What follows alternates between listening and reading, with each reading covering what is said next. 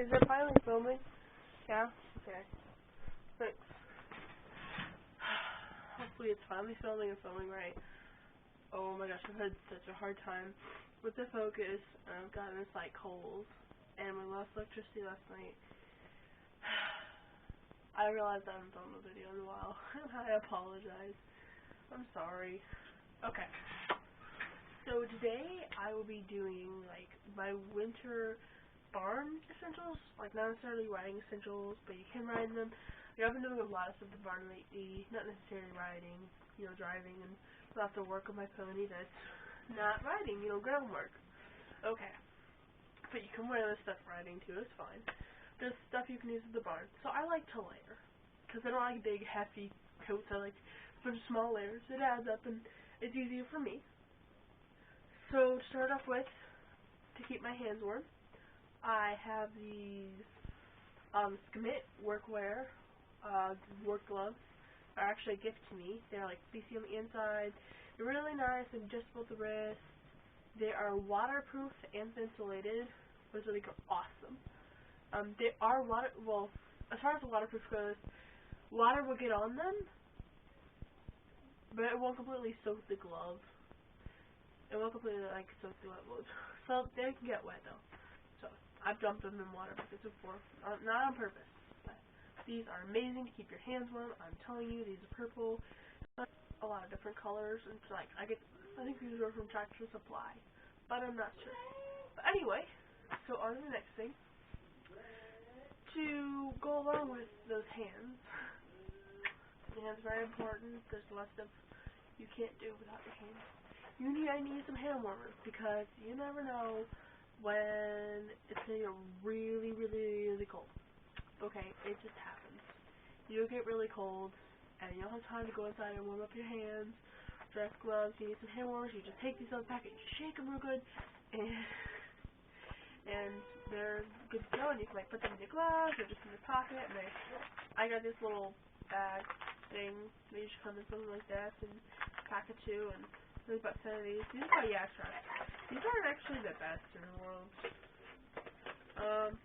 This came from Olympia Sports. If you don't have an Olympia Sports near you, if it doesn't exist in your country or state, that's fine. They probably find them at other outdoor stores or anywhere. I think this was $11.99, but you don't use these as much as you might think, because they last 8 hours. But they work pretty well. I recommend these.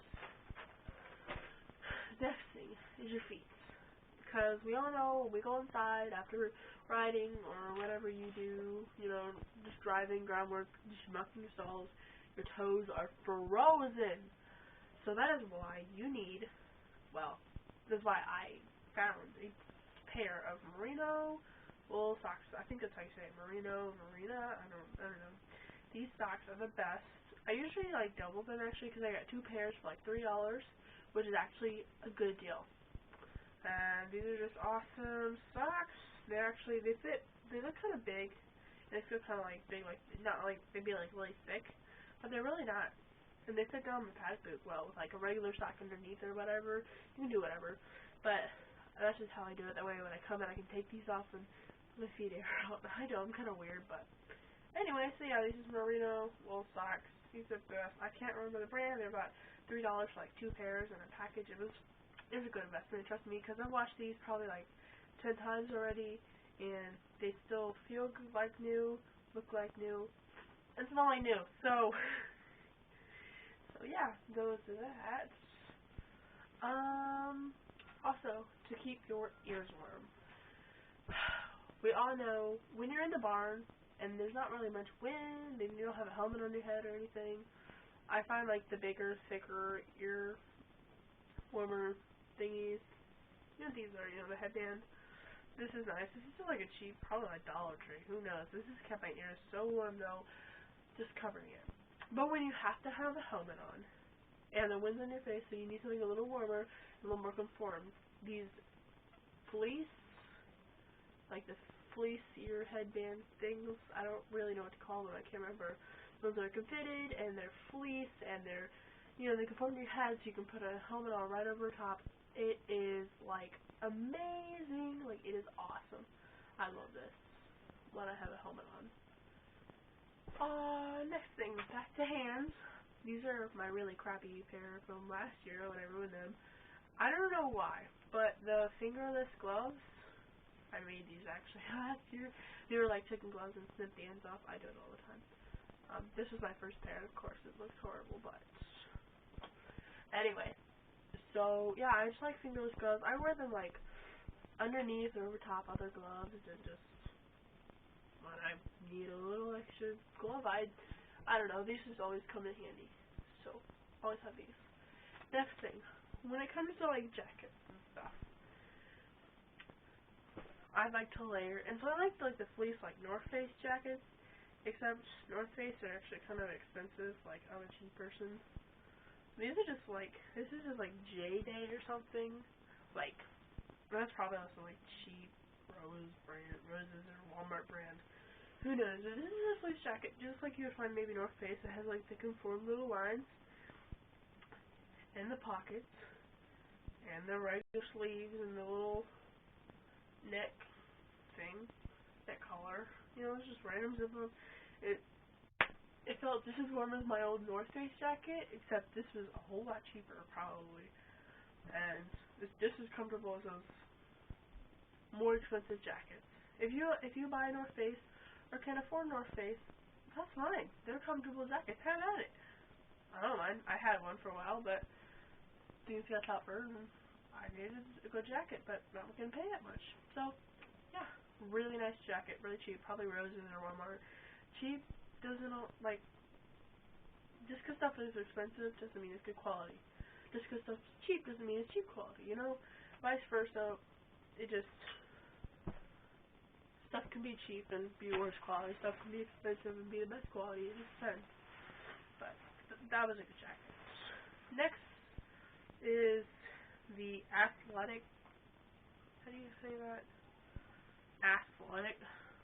Athletic Works women's jacket. I don't know. It's more like a coat than actually to me because I layer so much. Okay.